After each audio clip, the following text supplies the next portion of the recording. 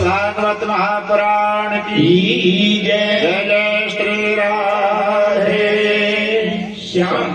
सभी भक्त अपने यथा स्थान पर बैठ जाएं।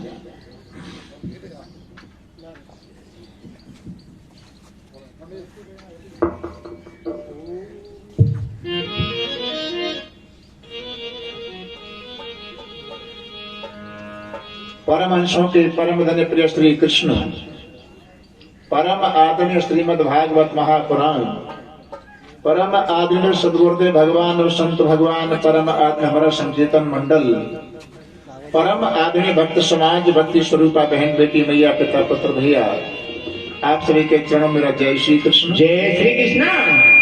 आइए कथा शुभारंभ होने से पहले वाणी शुद्धि करने के लिए 2 मिनट सभी नाम संकीर्तन करेंगे। ओम स्वस्ति न इंद्रो वृद्धश्रवाः स्वस्ति न पूषा स्वस्ति नस्तारक्षो अरिष्टनेमिः स्वस्ति नो बृहस्पतिर्दधातु।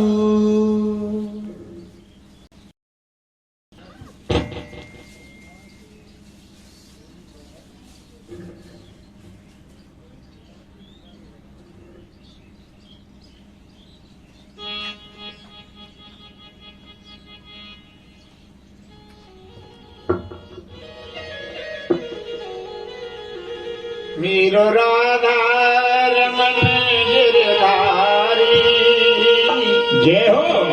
गिरधारी श्याम गिरधारी, मीरो राधा रमन गिरधारी, गिरधारी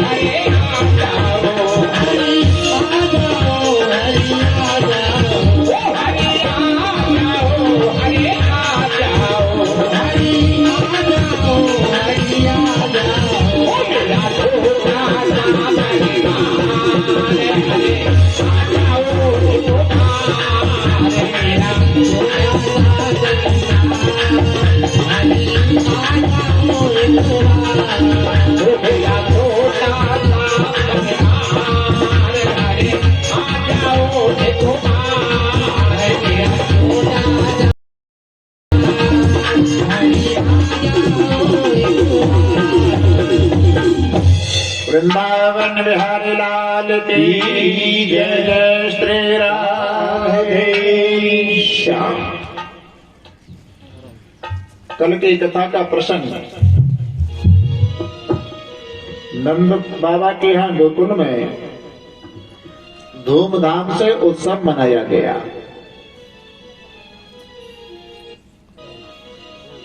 और नंद बाबा ने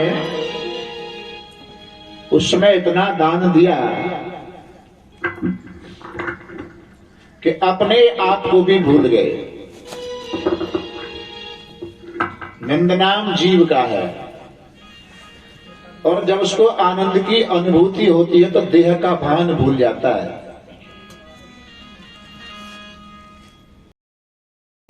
पूत सपूत जनो जसुदा इतनी सुन के वसुधा सब दौरी, मंगल थार सुहात लिए आवत धावत गौरी। नंद कहूँ इतनो हिलियो देख कुबेरों की मत बोली। व्रज देखत सब ही लुटाए दियो, न बची बचिया चचिया न पिछोरी। जय हो। नंद बाबा ने इतना दान दिया,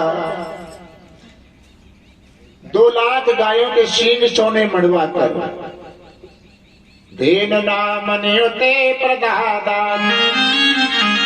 विप्रे समलंत्रते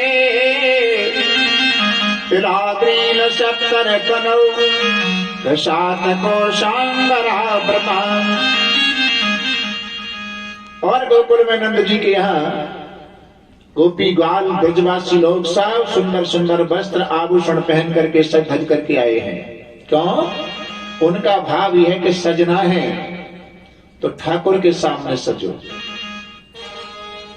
जो दूसरों को ठगने के लिए सजते हैं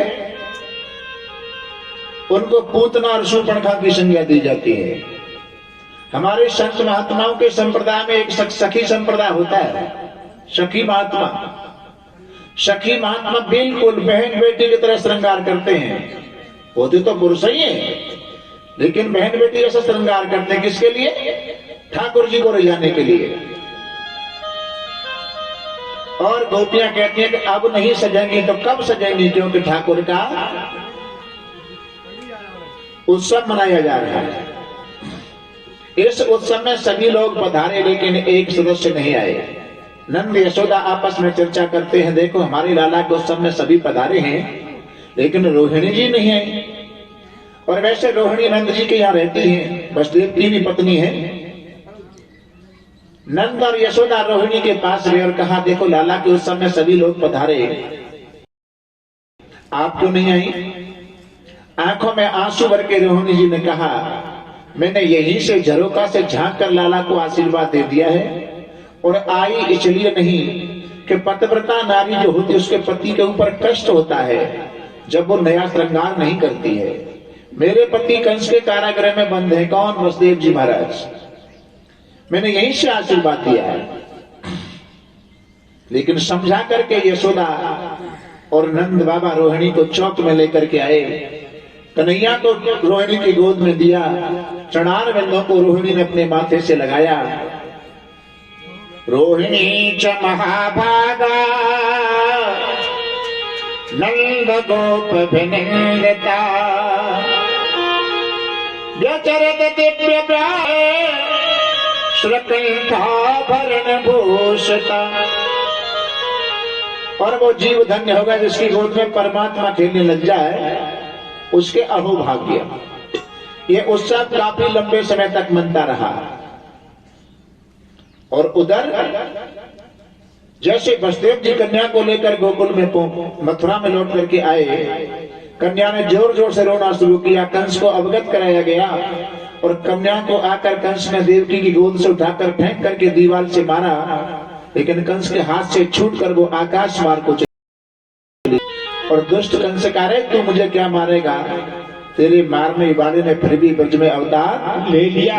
इतना प्रयत्न करने पर भी।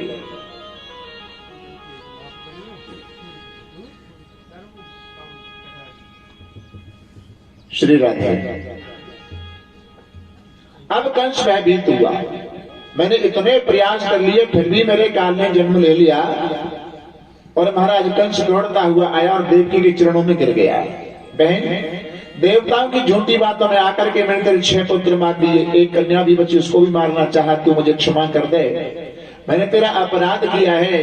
देवकी ने कहा, भैया तूने अपराध नहीं, मैंने अपने जो मेरे भाग्य में लिखा था उसका भोग मुझे भोगने के लिए मिला है।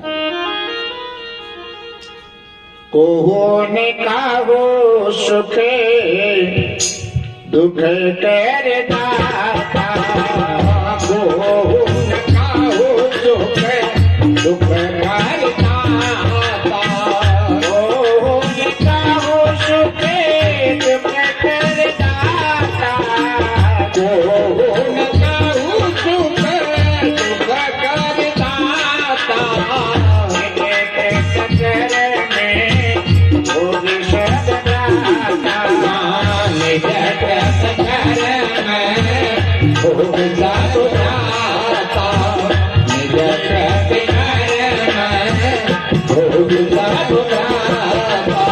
अगर हमें किसी से कोई परेशानी हो रही है तो हमें परेशान करने वाला है उसका दोष नहीं है, दोष हमारे भाग्य का है। जैसा हमारे भाग्य में लिखा है वो हमें भुगतना पड़ेगा।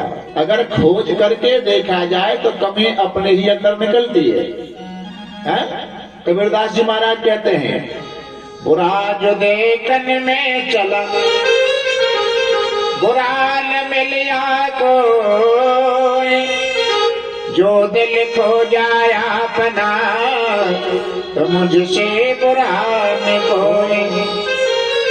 अगर हम एक उंगली इशारा करके कहे कि ये बहुत बुरा है, एक उंगली कहे ये बहुत बुरा है, तो 3 उंगली है वो किधर है? वो हमारी तरफ है।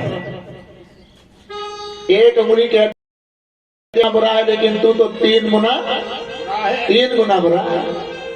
खोज की जाए। महाराज आज कंस ने मथुरा में का आपातकालीन सभा बुलवाई, सैनिक मंत्रियों को बुलाया। भाई इतना प्रयास करने पर भी मेरे काल ने जन्म ले लिया।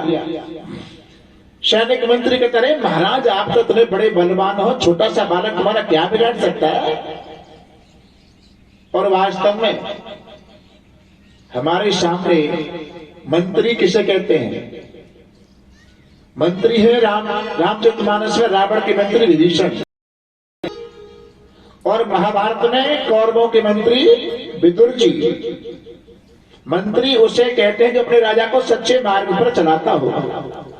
अगर कोई मंत्री राजा के डर के मारे उसकी चापलूसी करता है, वो राजा समझ ले मेरा नाश होगा। सचिव वैद्य गुरु 3 जो प्रिय बोले भय आस, राज धर्म तन 3 का होए वेग ही नाश। उसके सामने चापलूसी करता है, बोले पैसे के चक्कर में कर रहा है,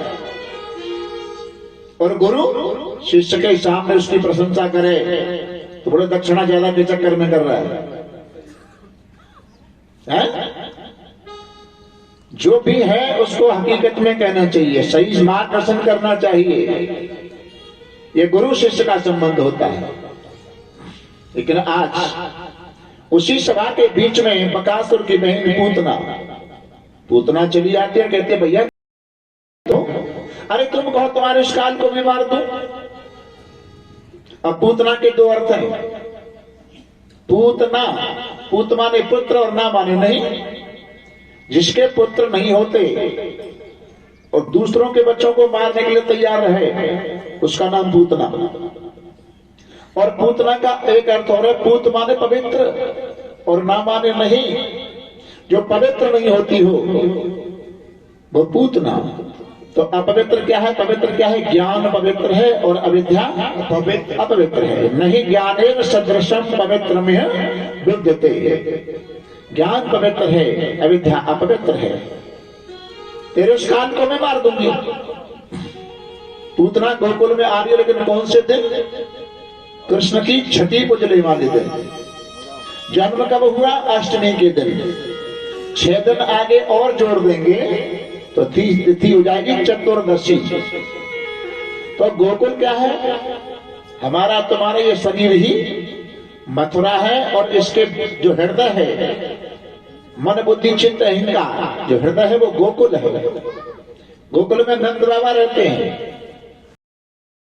जो आ रही है अविद्या कौन है? पूतना। कौन से दिन? 14 वाले दिन। 14 का अर्थ 5 कर्मेंद्री, 5 ज्ञानेंद्री, मन बुद्धि चित्त और अहंकार। अविद्या हमारे शरीर में 14 जगह पर वास करती है। इसमें कौन जाने देगा? पूतना ने कहा मुझे कोई नहीं पहचान सकता, मैं माया की सुंदर गोपी बन करके जाऊंगी, सुंदर गोपी बन के जाऊंगी। और जो बनावटीपन होता है ना वो बिगड़ता है, हकीकत नहीं बिगड़ती है। तो राक्षसी लेकिन सज रही है, सुंदर श्रृंगार कर रही है।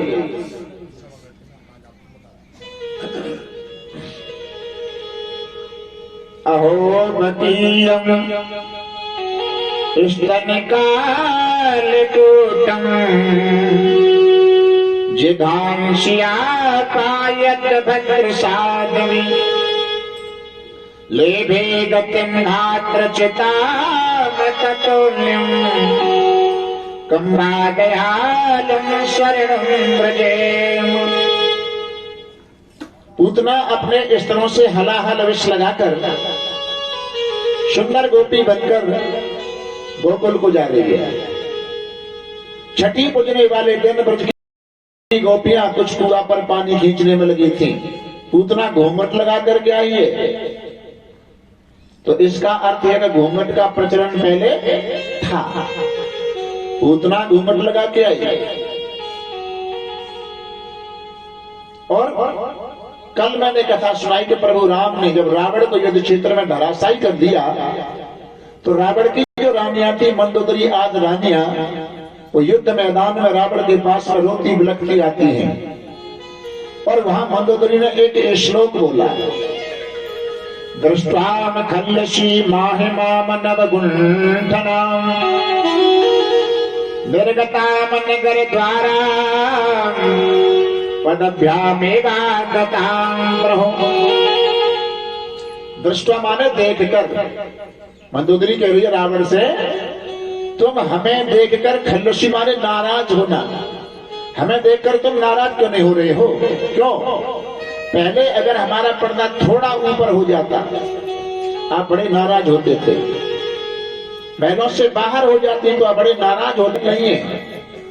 युद्ध के मैदान में हैं, बाल बिखरे हुए हैं, पैरों में जूती चप्पल नहीं है, फिर भी आप नाराज नहीं हो रहे। गुंठन माने घूंघट। दो प्रमाण, पूतना घूंघट लगा के आई, मंदोदरी कहते हैं आज घूंघट नहीं है, पहले हम घूंघट पर्दा किया करती थी। और तीसरा प्रमाण सनातन धर्म का, तीसरा प्रमाण यह है, एक बार वनवास में सीता मैया ने लक्ष्मण और राम जी के सामने पर्दा किया, घूंघट लगाया। और एक दिन घूंघट लगाया तो राम जी ने विचार किया कि मेरे सीता के बीच में तो कोई पर्दा नहीं, क्योंकि हम तो पति पत्नी है, और लक्ष्मण सीता जी को मां मानता है। इसका एक, जब सुग्रीव के पास में राम लक्ष्मण आए और पता ठिकाना पूछा तो कुछ आभूषण वगैरह सुग्रीव ने दिखाए थे कि महाराज राम राम हा राम पुकारी मम सुदेग दीन पट डारी।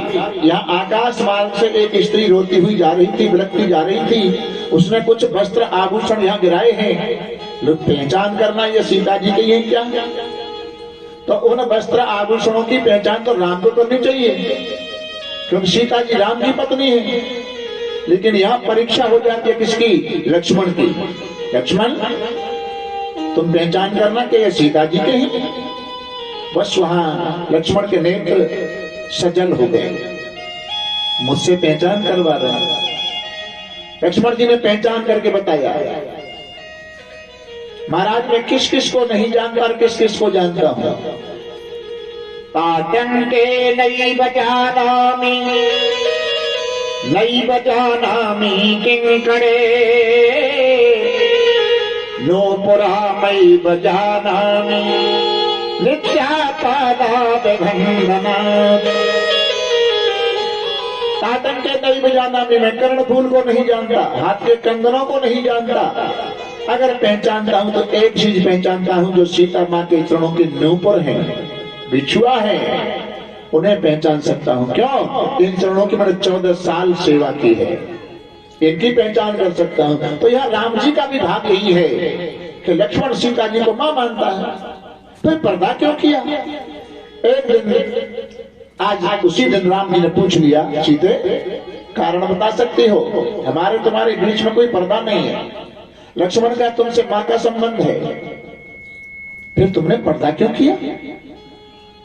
उस दिन सीता जी ने कहा, प्राणनाथ आज तुम्हारे पिताजी दशरथ जी का श्राद्ध का दिन है। श्राद्ध हम करते हैं ना ग्वार के महीने में, शुरुआत में जो लगते हैं कनागत, पितृ श्राद्ध कहते हैं, उनमें उनका मैंने श्राद्ध किया है।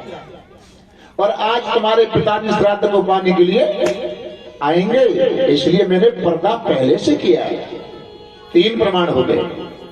अच्छा, यहाँ आज लेट थोड़े हो ही गए क्योंकि परेशानी हो गई है, कोई बात नहीं। एक हम ये कहते हैं कि जो कोई करेगा सो भरेगा, हमें काहे की टेंशन, करेगा सो भरेगा। और एक तरफ एक दोहा आता है रामचरितमानस में कि और करे अपराध को और पाप फल भोगेगा कोई और भोगेगा कोई, दोनों बात अलग अलग हो गई। करेगा सो भरेगा, या जो करेगा कोई और भोगेगा कोई। दोनों बात अपनी जगह पर सही है। तो इसका भावार्थ क्या निकाला कि दशरथ जी महाराज ने श्रवण कुमार को मारा, लेकिन उसका भुगतान राम जी को करना पड़ा। राम जी को नहीं करना पड़ा, दशरथ जी को ही करना पड़ा। लेकिन और करे अपराध को और पाप फल भोग। इसका गीता के श्लोक से अर्थ लेते हैं। शंकरौ नरकायैव कुलघ्ना नाम कुलस्य पतंत पितरो ह्योषाम लुप्त पिंडो तत्क्रिया। पतंत माने गिर जाना। हमारे पितर अधोगति को जो प्राप्त हो गए हैं, और पितृ शांति के लिए ही भागवत कथा कराई जाती है। ये पितरों का ही तो स्थान होता है, हरे मास में जो होता है पितृ शांति के लिए। तो जो हमारे पितर हैं, प्रेत योनि को प्राप्त हो गए हैं, अधोगति को प्राप्त हो गए हैं, उनका मुख, प्रेत का मुख सुई की नोक के बराबर होता है। उसका पेट बड़े आकार का होता है, और उस प्रेत का मुख केवल साल में उन श्राद्धों में ही खुलता है। उन श्राद्धों में खुलता है। उन श्राद्धों में हम अपने पितरों के नाम से श्राद्ध करते हैं, तो उन पितरों को शांति मिलती है। लेकिन श्राद्ध नहीं करते तो नहीं करने वाले तो हमें, लेकिन भूख का प्यासा भटकना उन्हें पड़ता है। आओ अपने इसी कथा के प्रसंग पर। पूतना घूंघट लगा करके गोकुल में आई, और कुआं पर कुछ गोपियां जल्दी जल्दी पानी खींचने में लगी। घूंघट के अंदर से पूतना ने पूछा, अरे बहनों, तुम इतनी जल्दी जल्दी पानी काहे को खींच रही हो? गोकुल की गोपियों ने समझा कोई गोकुल की ही गोपी होगी। अरे तो ना मान लो, आज यशोदा मैया के लाला की छठी पूजने का दिन है। मैया ने वहां गीत गाने बुलाया है, हम गीत गाने जाएंगे जल्दी अपने घर के कार्य से फ्री होकर। अब तो पूतना को लगा कि मैं भी गीत गाने के बहाने इनके साथ वहां चली जाऊंगी, मुझे कोई पहचान नहीं सकता। गीत गाने के बहाने घूंघट लगाकर पूतना गोपियों के साथ में यशोदा मैया के यहाँ आई। मैया यशोदा किसे कहते हैं? यशम ददाती सह यशोदा। जो माँ सभी को सम्मान देती हो, सभी को कीर्ति देती हो, उसको यशोदा कहते हैं। यशो मई यश ददाती सह यशोदा। जिसकी ऐसी बुद्धि है, ऐसी भावना है, और यशोदा मैया की भावना ऐसी है कि लाला मेरा ही नहीं है, जितनी गोपियां सबका लाला, सबकी गोद में देने से कोई हिचकिचाहट नहीं होती है। अन्य गोपियों की सेवा करने में लगी, तब तक पूतना घूंघट के अंदर से मैया यशोदा से कह रही है, मैया तुम तो अन्य गोपियों की सेवा करो, लाला की लेकर एक में तो मैं खड़ी हूं। मैया तो सीधी है, अन्य गोपियों की सेवा करने में लगी। और पूतना पालने के पास, ठाकुर के पास जब गई तो अपना घूंघट ऊपर किया। घूंघट ऊपर करते ही मेरे श्याम सुंदर ने अपनी आंख बंद कर ली, नेत्र बंद कर लिए। क्यों? कई कारण है इसके।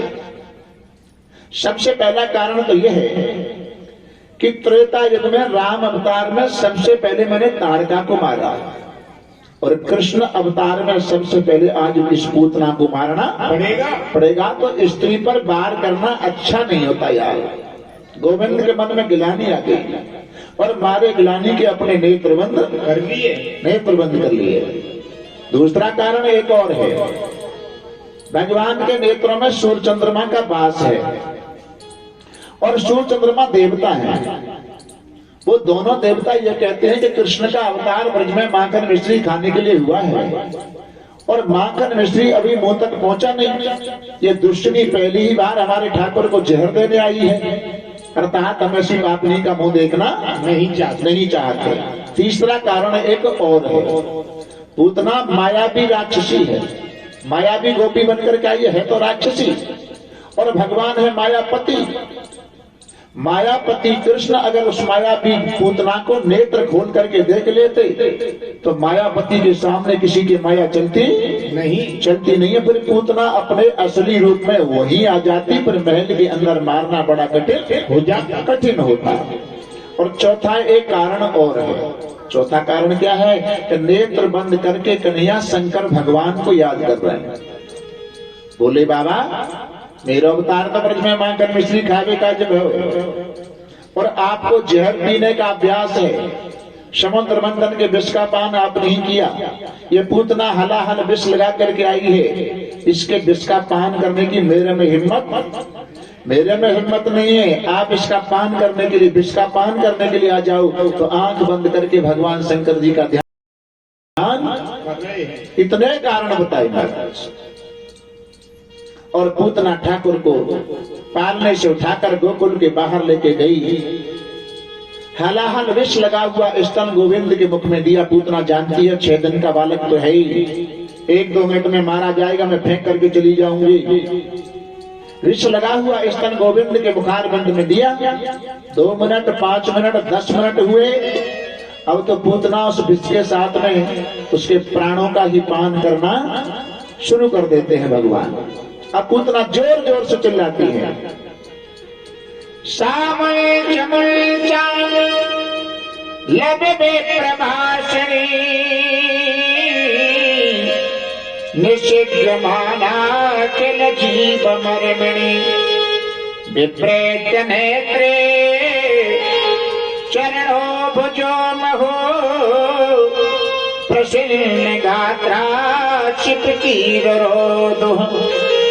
सा मुंच मुंचा, मुंच माने छोड़ना। पूतना जोर जोर से चिल्लाती है, कन्हैया मुझे छोड़ दो, कन्हैया मुझे छोड़ दो, छोड़ दो। महाराज सुखदेव भी परीक्षा से कहते हैं, राजन 6 दिन के कन्हैया पूतना से बोल गए, और क्या बोले, मौसी जी मेरी मैया ने वो छोड़ तो सिखाया हुई ना है, या एक बार पकड़ लूं ना बापा तो फैसला ही करके छोड़ू, बोलो वृंदावन बिहारी लाल की जय। और जिसको एक बार ठाकुर ने अपना लिया, अपना बना लिया, पुनर्जन्म न विद्यते, दोबारा संसार में उसका जन्म नहीं होता। पूतना के प्राणों का पान करके पूतना का प्राणांत हुआ। और उधर गोकुल में यशोदा मैया ने महल के अंदर गोपालने में कृष्ण को नहीं देखा। मैया यशोदा गोपियां सब दौड़ करके यमुना किनारे गोकुल में आती हैं, तो मेरे गोविंद पूतना के वक्ष के स्थल पर खेलने में लगे हैं, क्रीड़ा करने में लगे हैं। मैया ने हिम्मत करके ठाकुर को अपनी गोद में उठाया और गोद में लेकर साड़ी का पल्लू लेकर के भाव बना रही है।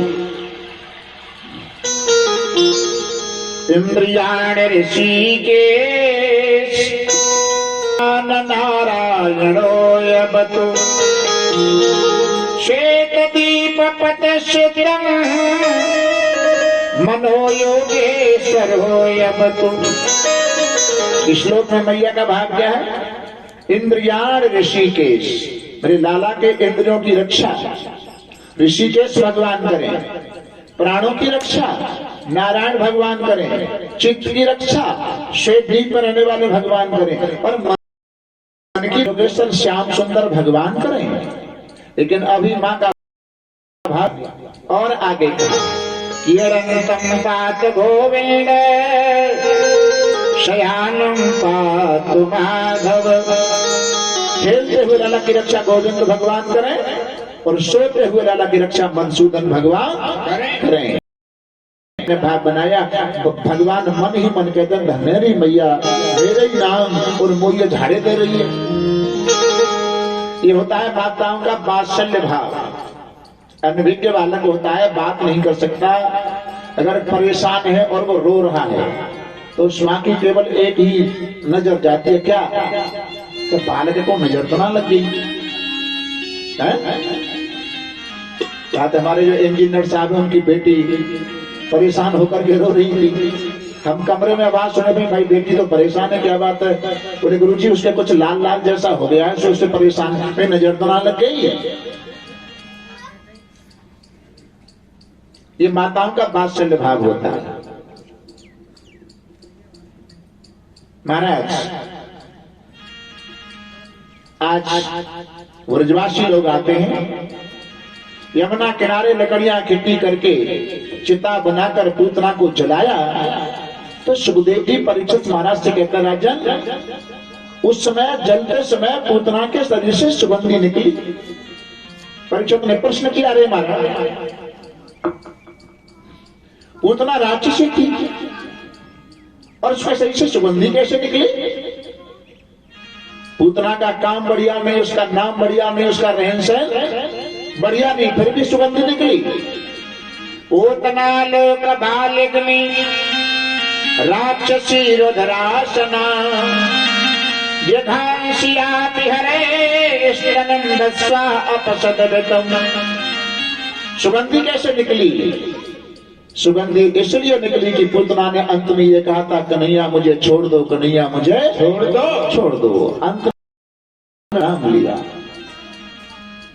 और अंत में भगवान का नाम वाणी पर अगर आ जाता है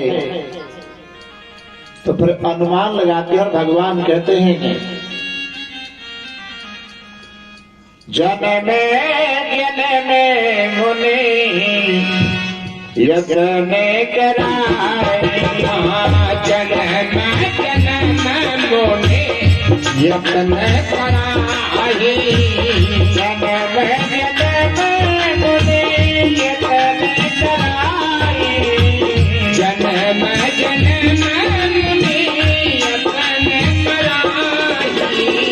अनंत राम कहे आवत नाई, राम कहे आवत नाई, अनंत राम कहे आवत नाई।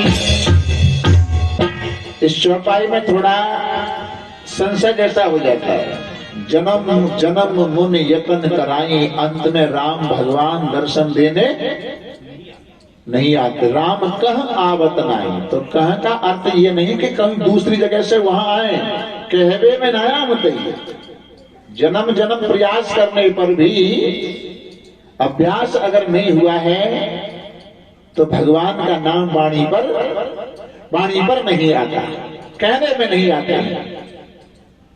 जानते हैं कि अंत में अगर भगवान का नाम वाणी पर आए तो कल्याण हो जाता है। 80 साल की उम्र है गई और 80 साल की उम्र में कभी भगवान को नाम लिया ही नहीं, लेकिन अंत समय जब आता है तो कहते हैं कंठे कब गुरगुराए थे, कंठ में कब रुक जाता है, फिर भी प्रयास करता है, मुझे जाते मिला दो, मुझे जाते मिला दो, मुझे बातें मिला दो। अब बालक बोले कि इनसे मिलते मिलते तो जिंदगी निकल गई, थोड़ा समय रहेगा, पता नहीं कितने दिन का, राम कहो राम, या तो कल्याण है जाए। पिताजी बोले कैसे कहूं, ना है कहो जान दो, अब ना कहो जान, तुम पहले कहो ही ना कहो, क्या। अब बच्चों को बड़ी चिंता कि एक बार अगर कैसे पिताजी राम कह दें तो इनको कल्याण है जाए, तो प्रयास किया, युक्ति अपनाई। एक पड़ोस में आदमी था जिसका नाम था राम सिंह, उसे लिवा के लाए और लिवा के लाकर पिताजी के पास में खड़ा किया कि तुम ये कहना हमारे पिताजी से मेरी पहचान करो, मैं कौन हूं, और जब वो तुम्हारी पहचान करके तुम्हारा नाम लेंगे राम सिंह, तो राम का नाम अपने आप ही निकल जाएगा। पिताजी के पास में उस राम सिंह नाम के व्यक्ति को बुलाया गया, लेकिन वह राम सिंह की जो घरवाली ना, वहां का नाम कछु और विचित्र, कहा भूवर, वहां का नाम भूवर। अब पिताजी से कहा कि पिताजी इनको पहचानते हो? बोला हाँ पहचानता हूँ। बालक बड़े खुश भएगा, वो कहेंगे कि राम सिंह। बोले कौन है जी? बोले जी वो है भूवर को कसम, लेकिन नहीं ले भगवान को नाम। अच्छा, खसम शब्द कोई हंसने वाली चीज नहीं है, खसम की व्याख्या करूं, 3 अग्नि है। और हमारी पहले सुना होगा, बताते हैं क्षेत्र में 80 पलसों है, वहां कोई सती का पहले ज्यादा बात बताई कि 80 पलसों में सती हुई, तो पहले सती वगैरह सती प्रथा थी, सती हुआ करती थी, तो माचिस से अग्नि नहीं लगाते, वेद मंत्रों से हाथ आपस में से करके, और वेद मंत्रों के द्वारा अग्नि को प्रकट किया जाता। मंत्रों में बहुत शक्ति हुआ करती। तो 3 अग्नि है वेद की, आवानीय, गार्हपत्य, दक्षिणाग्नि। नचिकेता ब्रह्मवादी हुए हैं, उन्होंने पूछा किससे? ब्रह्मा जी से, ब्रह्म क्या है? नचिकेता ने पूछा ब्रह्म क्या है? उसका सूत्र में उत्तर मिला यद्वाव कम। और दूसरी अग्नि से पूछा कि ब्रह्म क्या है? दूसरी अग्नि से पहली वाली से पूछा, फिर दूसरी से पूछा कि ब्रह्म क्या है, उसने कहा तदैव खम। और तीसरी से पूछा कि ब्रह्म क्या है, तो बोले किमपि प्राणांच। तीनों ने अलग अलग उत्तर दिए। पहली का उत्तर है यद्वाव कम, का माने सुख स्वरूप, वो परमात्मा सुख स्वरूप है।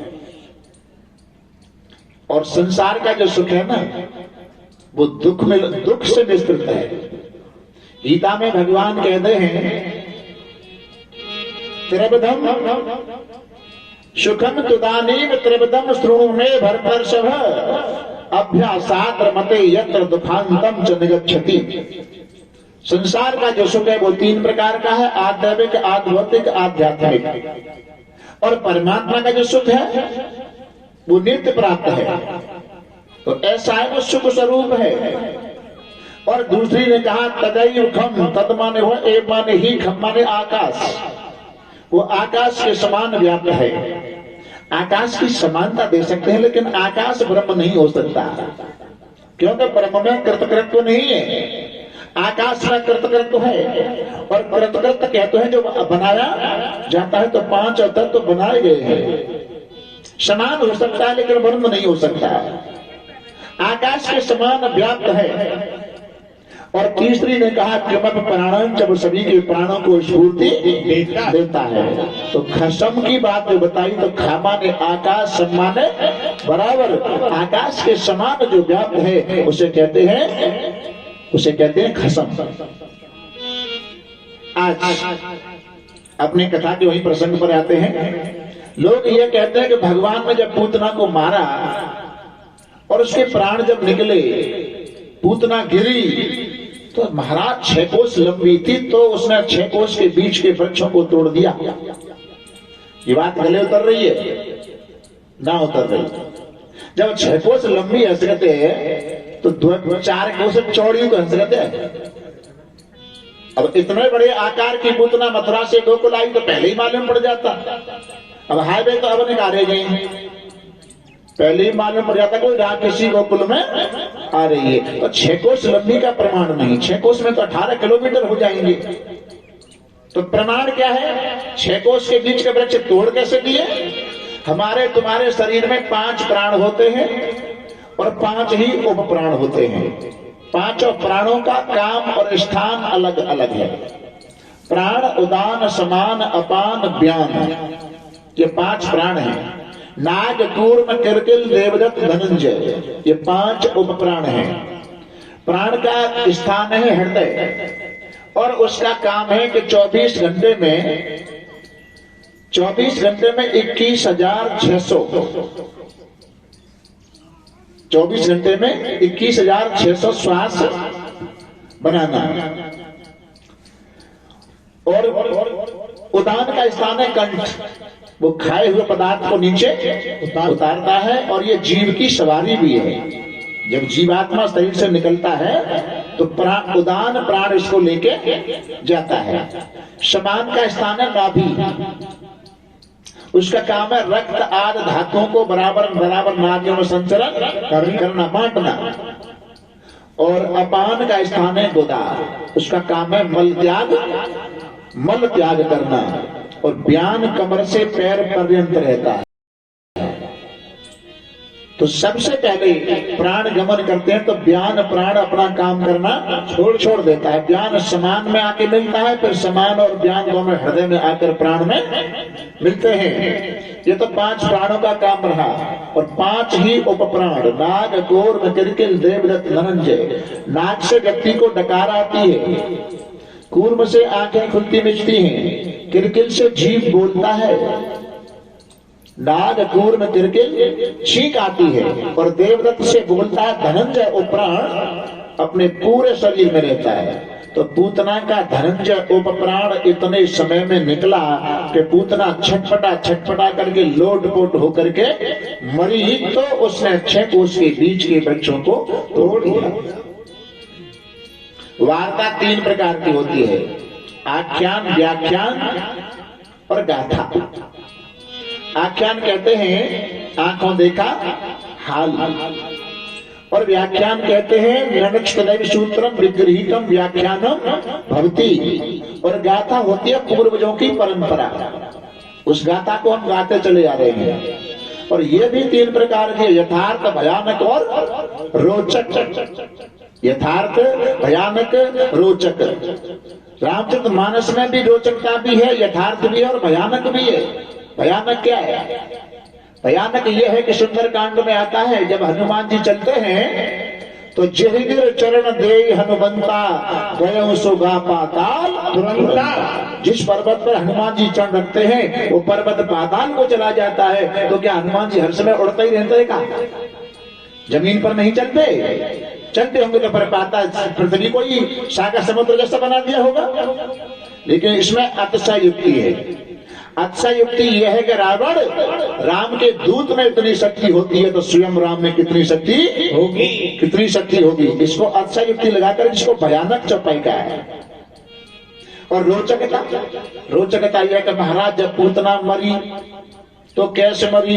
बोले पूतना के कान गिरे कान पर, मूण गिरो मुड़सान, हाथ गिरे हाथ रस, चांद गिरी चांद पर।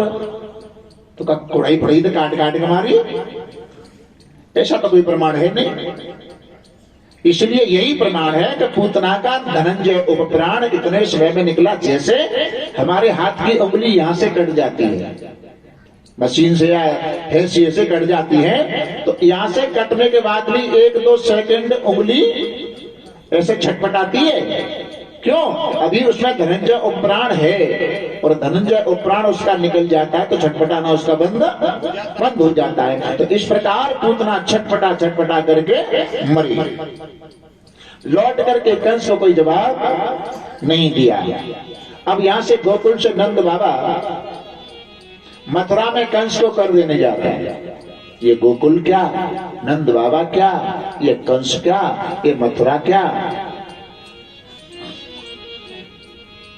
हरे आत्म कृष्ण मुरारी व्रज गोपी तन में, आत्म कृष्ण मुरारी व्रज गोपी तन में, आत्म कृष्ण मुरारी व्रज गोपी तन में, आत्म कृष्ण मुरारी व्रज गोपी तन में। इंद्रिय गोपिया ब्रज तल में, इंद्रिय गोपिया ब्रज तल में, इंद्रिय गोपिया ब्रज तल में। बुद्धि है राधा प्यारी ब्रज गोपी तल में, हाँ बुद्धि है राधा प्यारी ब्रज गोपी तल में।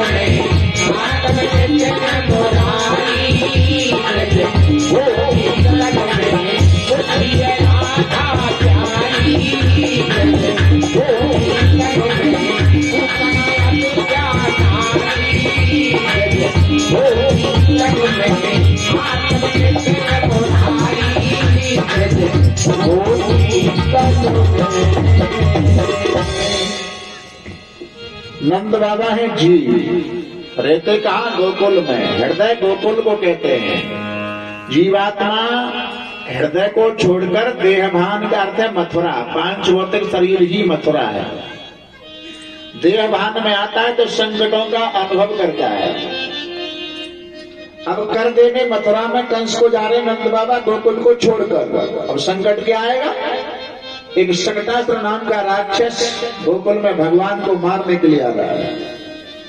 इधर ये कर देने गए, मैया ने कन्हैया को पालना बनाकर गाड़ी के नीचे सुला दिया। शकटासुर का अर्थ संकट। शकटासुर कहता है छोटा बालक है, गाड़ी के नीचे सो रहा है, ऊपर से कूद जाऊंगा, उसका प्राणांत हो जाएगा।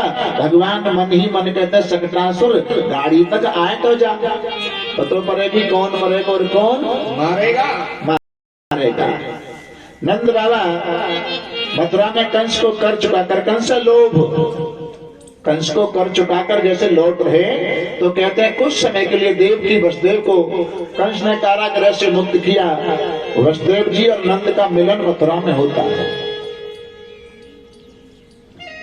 नंद बाबा ने वसुदेव को देखकर कहा, भैया कंस ने तुम्हारे साथ अन्याय किया है।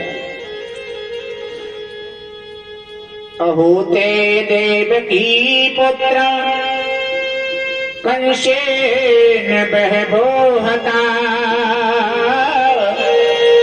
एका विशिष्ट बरजा कन्या साप दिवंगता। बेटी के 6 पुत्रों को मार दिया और एक कन्या बची, उसको भी मारना चाहा।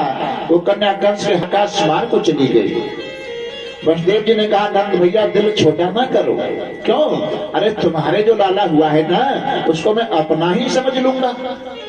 ये तो नहीं कहा कि मेरा ही है, अपना समझ लूंगा। इसका अर्थ है संबंध बनाना। मैं तेरा हूं तू मेरा है, भगवान से संबंध। लेकिन हमने क्या संबंध बनाया? एक कोई पुराने समय में, अब की बात नहीं है, पुराने समय में कोई भक्त और अपनी बेटी की ससुराल गया। और पहले समय में आप जानते हैं कि बुजुर्ग लोग बेटियों के यहाँ पानी भी नहीं पीते थे। भोजन की चलती क्या है? कोई काम से गए तो बेचारे पिताजी को वहां पर रात को रुकना पड़ा।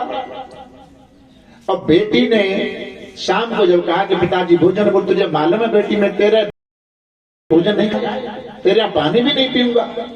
और रात को भूखा सो गया।